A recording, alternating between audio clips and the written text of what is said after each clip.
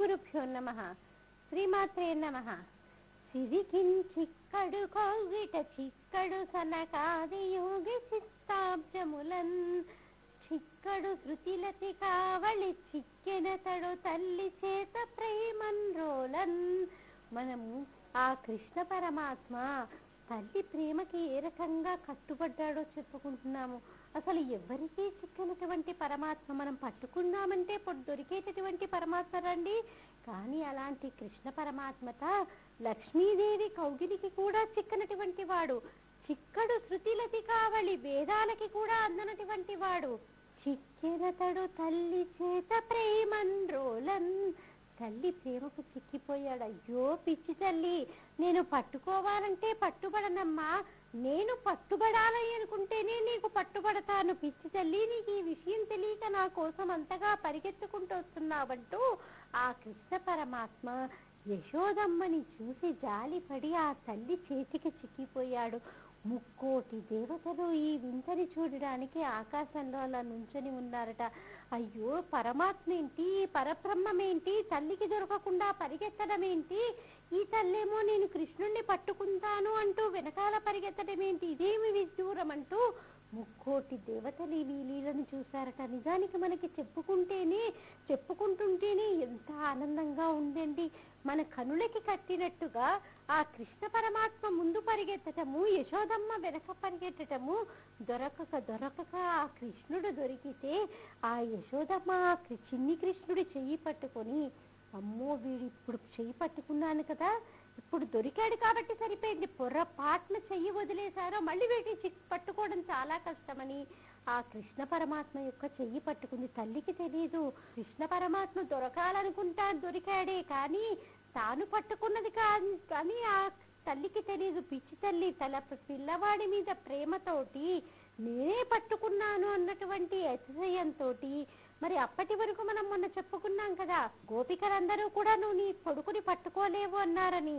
అందుకని ఏం చేసింది చూసారా, నేను మా అబ్బాయిని పట్టుకున్నాను అన్నట్లుగా గోపకాంతర అందరి వైపున కూడా ఒక్కసారి గర్వంతో చూసింది.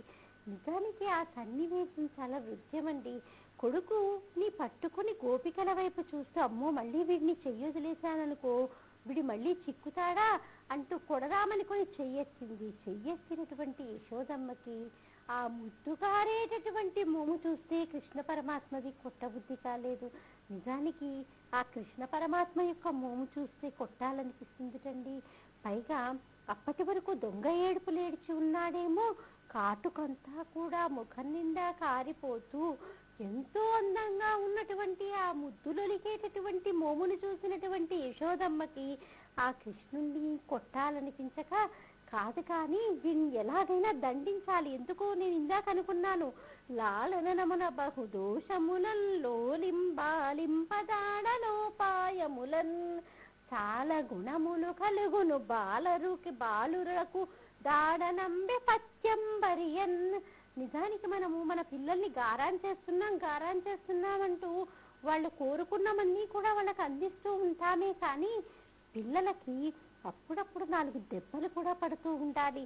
వాళ్ళకి 4 దెబ్బలు పడితేనే వాళ్ళు దారిలో ఉంటారు.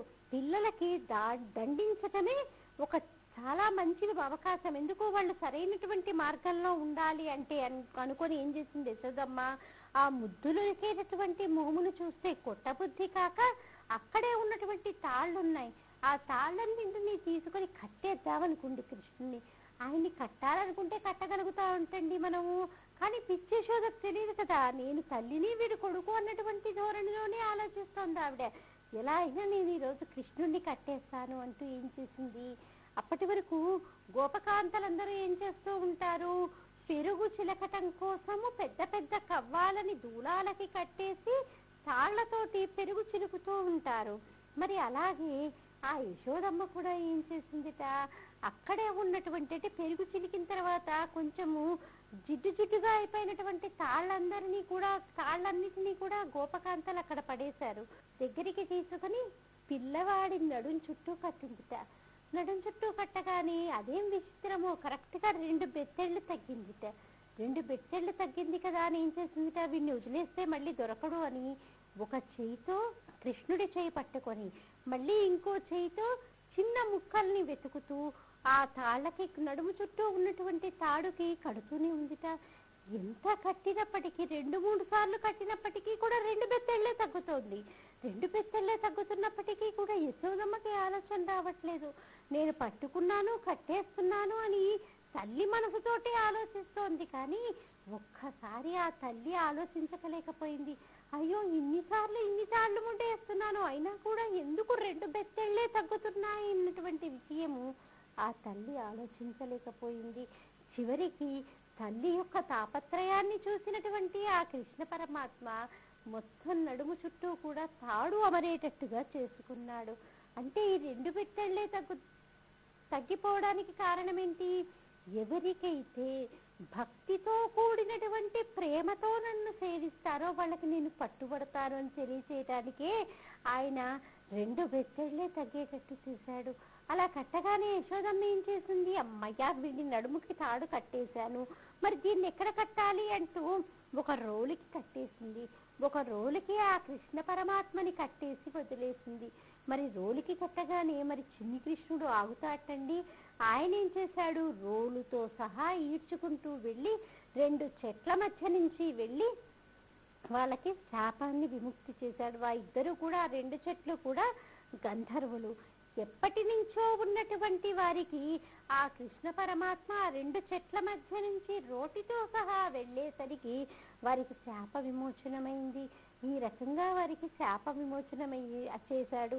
దీన్ని ఉలూకల బంధనము అంటారు. దామోదరుడు అంటే అసలు మత్సలేనటువంటి వాడు. శ్రీవత్సవం అనేటటువంటి మత్స తప్పితే హృదయ స్థానంలో మత్సలేనటువంటి ఆ కృష్ణ పరమాత్మకి తన తల్లి ప్రేమ కోసం, తన కోసం కష్టపడుతోంది, ప్రేమతో నా వెనకాల పరిగెట్టుకుంటూ వస్తుందన్నటువంటి ఒక ఆలోచనతోటి తల్లికి పట్టుపడి తన నడుం చుట్టూ కూడా మచ్చ ఏర్పాటు చేసుకున్నాడే. అందుకే మనం ఈ కార్తీక మాసమంతా కార్తీక దామోదరం ఆవాహయామి అంటూ ఈ దామోదర లీలని మనము ఎవరమైతే తలుచుకుంటూ ఉంటామో మన సంసారంలో ఉన్నటువంటి బంధనాలన్నీ కూడా ఆ రకంగా పరమాత్మ తొలగిస్తాడు. అందుకే ఈ దామోదర లీల అంత ముఖ్యమైనటువంటిదండి. అలాగే మనము కార్తీక దామోదరం ఆవాహయామి అని దీపం పెడతాము. అలాగే మనం కార్తీక త్రయంబకం ఆవాహయామి అంటూ కూడా దీపం పెడతాము. మరి కార్తీక త్రయంబకుడికి ఒకసారి సంబంధం ఏంటి అని మనం ఆలోచిస్తే కనుక నిజానికి క్షీరసాగర మథనం జరిగేటప్పుడు, ఆ క్షీరసాగర మథనం జరుగుతున్నప్పుడు ఎన్నో ఉద్భవించాయి. అశ్విని దేవతలు ఉద్భవించారు. ఎన్నో ఉద్భవిస్తే దేవతలందరూ కూడా వారికి కావలసినవి వారు తీసుకుంటూ వారు వెళ్ళిపోయారు. కానీ ఎప్పుడైతే హాలాహలం పుట్టిందో, హాలాహలం పుట్టేసరికి దేవతలందరూ ఏం చేశారు? అమ్మో, నాకొద్దంటే నాకొద్దు, నాకొద్దంటే నాకొద్దు అంటూ అందరూ ఆ హాలాహలాన్ని వదిలేశారు. కానీ ఆ హాలాహలం వేడిని ఎవ్వరూ కూడా తట్టుకోలేకపోయారు. మరి ఎవరికి చెప్పుకుంటారు? మనకి ఏదైనా కష్టం కలిగిందనుకోండి, మనం ఏం చేస్తాం? ముందుగా మన తల్లిదండ్రులకు చెప్పుకుంటాం. జగతస్థితరం వందే పార్వతీ పరమేశ్వరవు. కాబట్టి వాళ్ళు కూడా ఏం చేశారు? అందరూ పరిగెత్తుకుంటూ వెళ్ళి ఆ పరమశివుడి దగ్గరికి వెళ్ళారు. పరమశివుడి దగ్గరికి వెళ్ళి ఇలా క్షీరసాగరాన్ని మతిస్తూ ఉన్నాము, ఇలా క్షీరసాగరాన్ని మతిస్తూ ఉండగా ఈ హాలాహలం వచ్చింది. ఇప్పుడు ఏం చెయ్యాలో మాకు పాలు పోవటం లేదు, మమ్మల్ని తినేసేటట్టుంది ఈ హాలాహలం, ఆ వేడి మేము తట్టుకోలేకపోతున్నాము అంటూ ఆ యొక్క దేవతలందరూ వచ్చి ఆ పరమశివుడిని వేడుకున్నారు. మరి ఆయన వెంటనే ఏదైనా నిర్ణయం తీసుకున్నాడా? వెంటనే ఆయన ఏమీ నిర్ణయం తీసుకోలేదు. వెంటనే ఏం చేశాడు? ఓరకంట పార్వతీదేవి వంక చూశాడండి. ఎందుకు? హాలాహలం అంటే ఏదన్నా సామాన్యంటండి? హాలాహలం పుచ్చుకుంటే ఎవరికి గండము? ఆయనకే గండం. మరి ఆయనకి గండం అయితే బాధపడేది ఎవరు? అమ్మవారు. కాబట్టి ముందుగా ఎవరి దగ్గర నుంచి ఆయన సలహా తీసుకోవాలి అంటే పర్మిషన్ తీసుకోవాలి, అమ్మవారి దగ్గర నుంచి తీసుకోవాలి. అమ్మవారి దగ్గర నుంచి తీసుకోవాలి. కాబట్టి ఒక్కసారి ఓరకంట అమ్మవారి వంక చూశాట. అమ్మవారి వంక చూసి పైగా ఇంకొక మాట కూడా అన్నట్టండోయ్, మీ అన్నయ్య స్థితికారకుడు, అంటే విష్ణుమూర్తి పార్వతీదేవి అన్నా చెల్లెళ్ళు కదా, మీ అన్నయ్య స్థితికారకుడు, ఆయన పరిపాలకుడుగా ఉన్నాడు కాబట్టి మరి పరిపాలకుడికి కూడా తన యొక్క ప్రజలందరూ కూడా ఈ రకంగా బాధపడుతున్నారు అంటే ఆయనకి బాధే కదా. ఒక రకంగా నేను ఈ హాలాహలాన్ని తీసుకున్నాననుకో, స్థితికారకుడైనటువంటి మీ అన్నగారికి కూడా కొంత ఉపశమనంగా ఉంటుంది. అంటే ఆడపిల్లలు పుట్టింటి పేరు చెప్పారనుకోండి, కొంత మెల్లిగా మాట వింటారు అన్నటువంటి ధోరణితోటి అటు నుంచి దువ్వుకొచ్చాడు ఆయన కూడా. వెంటనే పార్వతీదేవిట చిరు మందహాసం చేస్తూ, అయ్యయ్యో వాళ్ళ కోసం మీరు హాలాహలం తినడం ఏంటండి, ఇప్పటి వరకు క్షీరసాగర మథనం చేస్తూ ఉంటే ఎన్నో ఉద్భవించాయి, ఏ ఉద్భవించినా మీకేమన్నా చెప్పారా వాళ్ళు? ఏది మీకేమీ చెప్పకుండా వాళ్ళు తీసుకుని అనుభవించారా లేదా? కానీ హాలాహలం పుట్టగానే ఇప్పుడు మీరు గుర్తుకొచ్చారా అని పొరపాటున కూడా అమ్మవారు అనలేదు, అయ్యవారు అనలేదు. వెంటనే ఆ తల్లి చెప్పిందిట, పుచ్చేసుకోమందిట. అసలు సుఖ మహర్షి భాగవతం పరీక్షిత్ మహారాజు గారికి మొదటిసారి చెప్తున్నప్పుడు ఈ సన్నివేశాన్ని విన్నటువంటి పరీక్షిత్ మహారాజు గారైతే గుండెలు బాధేసుకున్నట్టు. ఎందుకు? ఆవిడ సర్వమంగళాదేవత, అందరి మాంగళ్యాలని నిలిపేటటువంటి తల్లి ఆ తల్లి. అలాంటి తల్లి ఏంటి గరళాన్ని మింగమని తన భర్తకి చెప్పడం ఏంటి? తన మాంగళ్యానికి ముప్పుందని తెలిసి ఎలా చెప్పిందబ్బా సర్వమంగళాదేవత అని పరీక్షిత్ మహారాజు గారైతే గుండెలు పాడేసుకున్నారట. కానీ అమ్మవారు ఊరకంట హాలాహలాన్ని మింగమని చెప్పిందిట. మింగెడివాడు విభుండని, మింగెడిదియు గరళమని, మింగమని సర్వమంగళ మంగళసూత్రం మదినెంత నమ్మినిదో. ఆ తల్లికి తన మెడలో ఉన్నటువంటి మంగళసూత్రం మీద అంత నమ్మకం. నా మెడలో మంగళసూత్రం ఉండగా మా ఆయనకేమవుతుందన్నటువంటి గట్టి నమ్మకంతో మన బిడ్డల కోసమే కదా. మనం చూడండి, బిడ్డలకి ఏదైనా కష్టం కలిగిందనుకోండి, వాళ్ళకి ఏదో ఫీజు కట్టాలి అర్జెంటు, అలాంటప్పుడు మనం సరుకులు తెచ్చుకోవలసి వచ్చినా కానీ ఇంట్లో నిత్యావసర వస్తువులు నిండుకున్నాయని తెలిసినప్పటికీ కూడా పోతే పోయింది, 2 రోజుల పాటు ఇవేవి చేసుకోకుండా ఉందాము, ఒక అన్నము పప్పు తిందాము అని మనం ఎన్నో త్యాగాలు పిల్లల కోసం చేస్తూ ఉంటాము. మరి ఆ పార్వతీ పరమేశ్వరులు కూడా ఏంటి, మనందరికీ కూడా తల్లిదండ్రులు కాబట్టి ఆవిడ కూడా ఏమందిట, మనం తప్పితే మన పిల్లల్ని ఎవరండి రక్షించేది, కాబట్టి మీరు పుచ్చేసుకోండి అని చెప్పగానే ఆ శంకరుడు ఆ యొక్క హాలాహలాన్నంతా మధురమైనటువంటి నేరేడు పండు రూపంలో చేసి తన యొక్క నోట్లో వేసేసుకున్నట్ట. మరి నోట్లో వేసుకున్నాడు, బానే ఉంది. కడుపులోకి వెళ్తే లోకాలన్నీ కూడా కడుపులోనే ఉన్నాయి కాబట్టి లోకాలన్నిటికీ కూడా ముప్పు వాటిల్లుతుంది. అందుకని ఏం చేశాట, కడుపులోకి వెళ్తేనేమో లోకాలన్నీ కూడా నాశనమైపోతాయి, మరి బయటికి వస్తే బిడ్డలు ఎవరు తట్టుకోలేకపోతున్నారు. అందుకని ఏం చేశాడు ఆయన, తన యొక్క కంఠంలో ఒక నీలమణి రూపంలో ఉండేటట్టు ఆయన ఏం చేశాడు, ఇక్కడ కంఠంలోనే అట్టే పెట్టాడు. అమ్మవారికి కూడా ఎప్పటి నుంచో కోరిక ఉండేది, ప్రతి స్త్రీకి సామాన్యంగా ఉండేటటువంటి కోరికే, తన భర్త అందంగా ముస్తాబవ్వాలని, ఎన్నో రకాలైనటువంటి ఆభరణాలు తన భర్త వేసుకోవాలని ప్రతి స్త్రీకి కూడా కోరిక ఉంటుంది. మరి అమ్మవారు కూడా సామాన్య స్త్రీని కదా, తన భర్తని అందంగా చూసుకోవాలని ఆవిడకి కూడా ఉంటుంది. ఆవిడకి కూడా శివుడు ఎప్పుడు కూడా ధవళ వర్ణంలో ఉంటాడు, ఆయన ఎప్పుడు మంచి తెలుపు రంగులో ఉంటాడు. మరి అలాంటి తెలుపు రంగులో ఉన్నటువంటి ఆ పరమేశ్వరుడు ఎప్పుడూ ధరించేది ఏంటి, నాగాభరణాన్ని ధరిస్తాడు. ఆయన మెడలో వేసుకునేది నాగాభరణమే. కానీ అమ్మవారికి కోరిక ఉండేట, నా భర్త ఇంత తెల్లగా ఉంటాడు, ఆయన ఒక్కసారి నీలమణిహారం వేసుకుంటే ఎంత అందంగా ఉంటాడో అన్నటువంటి కోరిక అమ్మవారికి ఉండేట. ఎప్పుడైతే ఈ యొక్క విషయాన్ని ఆయన మధురమైనటువంటి నేరేడు పండు రూపంలో చేసి ఆయన యొక్క తన యొక్క కంఠంలో బంధించేశాడో, అది చూడడానికి ఎలా అనిపిస్తోందిట, నీలమణి కంఠ నీలమణి హారాన్ని ధరించినటువంటి పరమశివుడిలాగా కనిపిస్తూ ఎంతో అందంగా తన భర్త తన కనులకి కనిపించాట. అందుకనేట మనము ఉభయ సంధ్యలలో కూడా తులసమ్మ దగ్గర దీపం పెట్టిన తర్వాత అలాగే ఒక్కసారి ఆకాశం వంక చూసి నీలకంఠ అంటే ఆయన ఉలిక్కి పడతాట, ఎవర్రా నేను చేసినటువంటి పనిని నాకు గుర్తు చేస్తున్నారు అంటూ ఆయన ఒక్కసారి ఉలిక్కిపడి మనల్ని రక్షించి తీరుతాట. నీలకంఠ అన్నటువంటి నామానికి అంతటి ప్రాశస్త్యం ఉంది.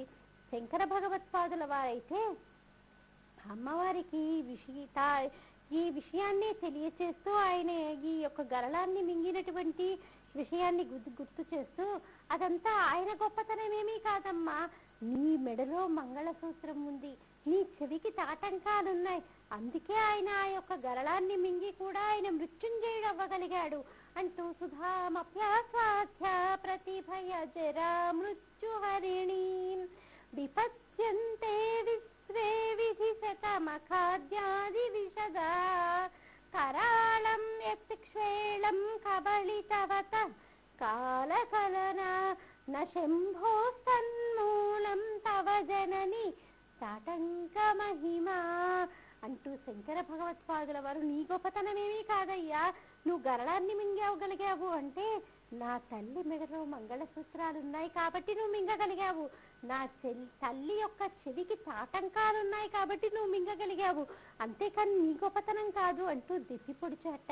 నిజానికి స్త్రీకి సౌభాగ్య వస్తువుల్లో ఒకటి చెవులకు పెట్టుకునేటువంటి ఆభరణాలని కూడా చెప్తారు. నిజానికి ఇప్పుడంటే మనం వేరు వేరు ఆభరణాలను చెవులకి తగిలించుకుంటున్నాం, కానీ ఇది వరకు చెవులు కుట్టినప్పుడు కూడా ఏం చేసేవారు, తాటాకు ఈనని చెవుల్లో పెట్టేవారు. అంటే అవి సౌభాగ్య వస్తువులు. అసలు తాటాకు అంటేనే ఏంటి, సౌభాగ్య వస్తువులు 8 ఈ తాటాకు కూడా ఒకటి వస్తుంది. కాబట్టి తాటాకు యొక్క పుల్లని చెవిలో పెట్టేవారు. అలాగే మంగళసూత్ర ధారణ చేసేటప్పుడు కూడా మంగళసూత్రాలతో పాటు మనము 100 నిష్కముల బంగారంతో చేసినటువంటి మంగళసూత్రాలతో పాటు ఒక చిన్న తాటాకును కూడా వేసి కనుక మనం కడితే అది కూడా ఒక మంగళప్రదమైనటువంటి సౌభాగ్య వస్తువు కాబట్టి చాలా శుభాలను పొందుతారు. కాబట్టి నీ చెవికి తాటంకాలు ఉన్నాయి కాబట్టి నీ భర్త గరళాన్ని మింగగలిగాడమ్మా అంటూ చెప్పాడు. ఇప్పుడు ఆ తల్లి పెట్టుకునేటటువంటి తాటంకాలు ఎలాంటివి, మనలాగా ఏవో వేళ్లాడేవి, లేకపోతే రకరకాల అలంకరణ వస్తువులని ఆ తల్లి ధరించుట. ఆ తల్లి చెవికి పెట్టుకునేది ఏంటి, సూర్యచంద్రుల్ని ఆ తల్లి తన చెవికి కమ్మలుగా ధరిస్తుంది. కాబట్టి అలాంటి తల్లి నీ వల్ల ఆయన మృత్యుంజయుడయ్యాడమ్మా అంటూ శంకర భగవత్పాదుల వారు పరమశివుణ్ణి తెప్పి పొడిచారు.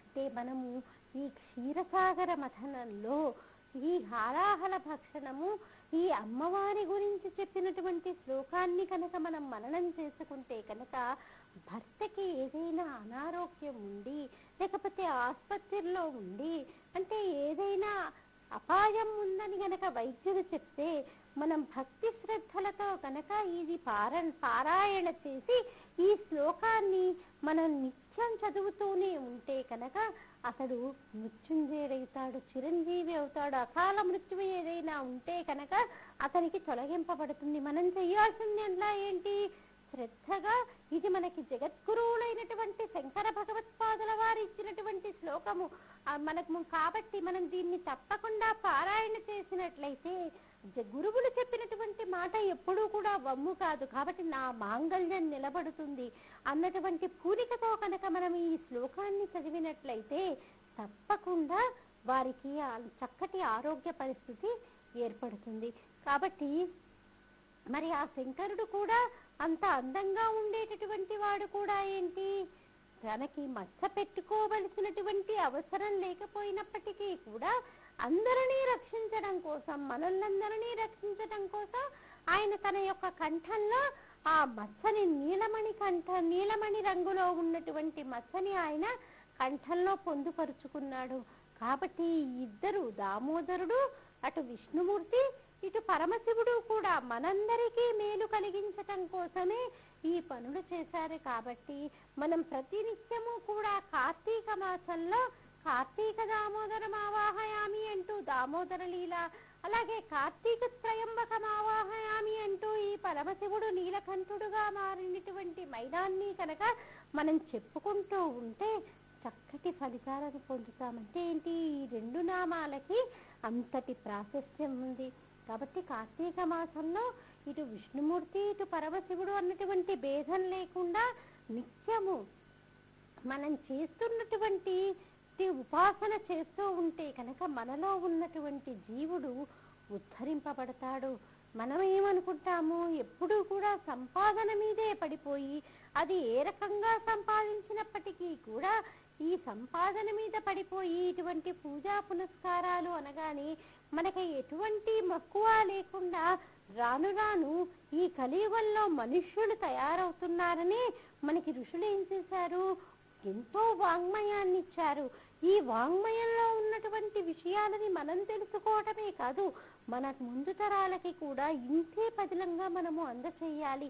ఇలా అందచేసే వారికి కూడా ఈ కార్తీక మాసంలో దామోదర లీల అంటే ఏంటి, కార్తీక త్రయంబకం ఆవాహయామి అని మనం ఎందుకు దీపాలు పెడుతూ ఉంటాము, ఈ నామాల యొక్క ప్రాముఖ్యత ఏంటి, ఈ నామాలు ఉచ్చరించడం వల్ల మనం పొందేటటువంటి ఫలితాలు ఏంటి అన్నటువంటి విషయము మన ముందు తరాలకి అంటే మన పిల్లలకి తరువాతి తరాల వారికి తెలుస్తూ ఉంటుంది.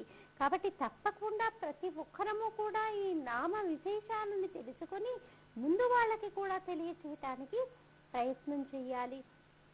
మరి కార్తీక మాసంలో ఎన్నో మహిమాన్వితమైనటువంటి తిథులు ఉన్నాయి. అలాగే అష్టమి తిథిని కాలభైరవాష్టమి తిథి అనేసి మనం ఆ రోజు భైరవుణ్ణి పూజ చేస్తాము.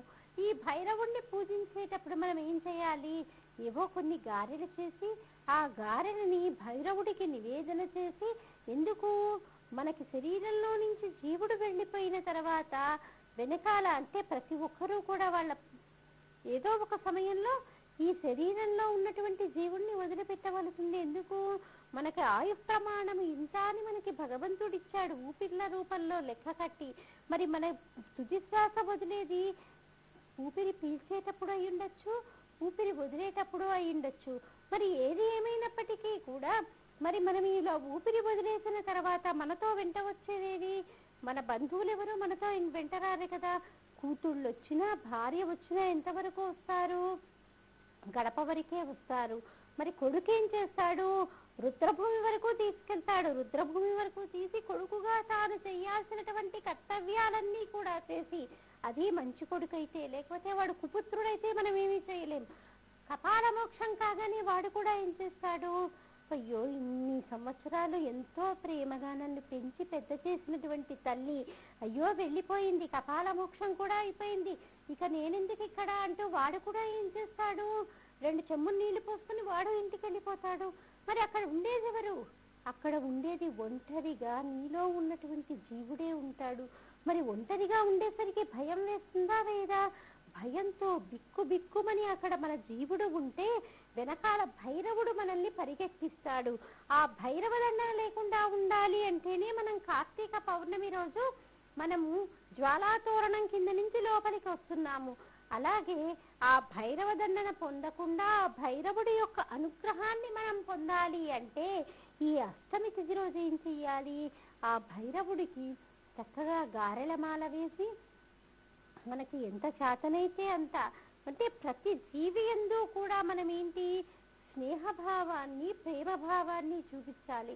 ఇప్పుడు మనుషులకే పడనటువంటి కాలం కలియుగము అంటే, అందుకనే మన ఋషులు ఏం చేశారు, రాను రాను కలియుగంలో మనుషులకి వారికి మధ్య అసలు పడనటువంటి కాలం దాపరిస్తుంది అంటూ మనకేం చేశారు, ఎన్నో రకాలైనటువంటి తిథులని, అంటే ప్రతి జీవుల యందును కూడా నువ్వు ప్రేమతత్వాన్ని పెంచుకో అన్నటువంటి విషయాన్ని తెలియచేయటానికే మనకి ఎన్నో రకాలైనటువంటి తిథులని మనకి ఋషులు అనుగ్రహించారు. కాబట్టి ప్రతి తిథి కూడా చాలా ముఖ్యమైనటువంటిది, ప్రతి తిథి కూడా చాలా అమూల్యమైనటువంటిది.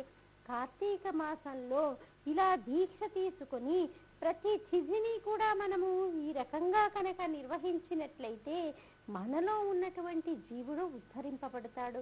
పైగా చూడండి, ఏ మాసానికి లేనటువంటి ప్రాముఖ్యత ఒక కార్తీక మాసానికే ఉంది.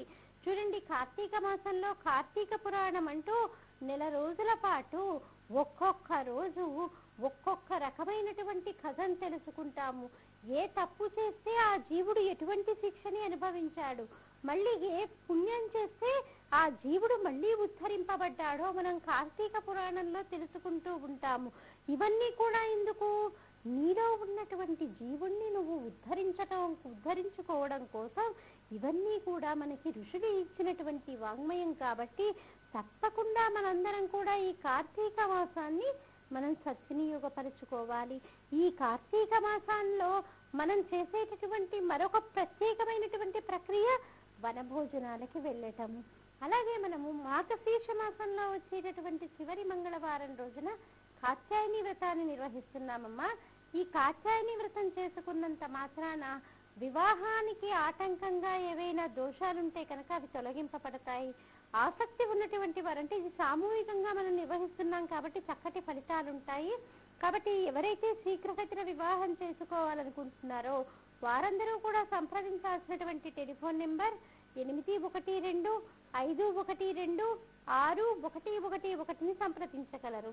అలాగే సామూహికంగా లక్షవర్తి నోముని మనము ఫిబ్రవరి 10, 11 తేదీల్లో నిర్వహిస్తున్నాము.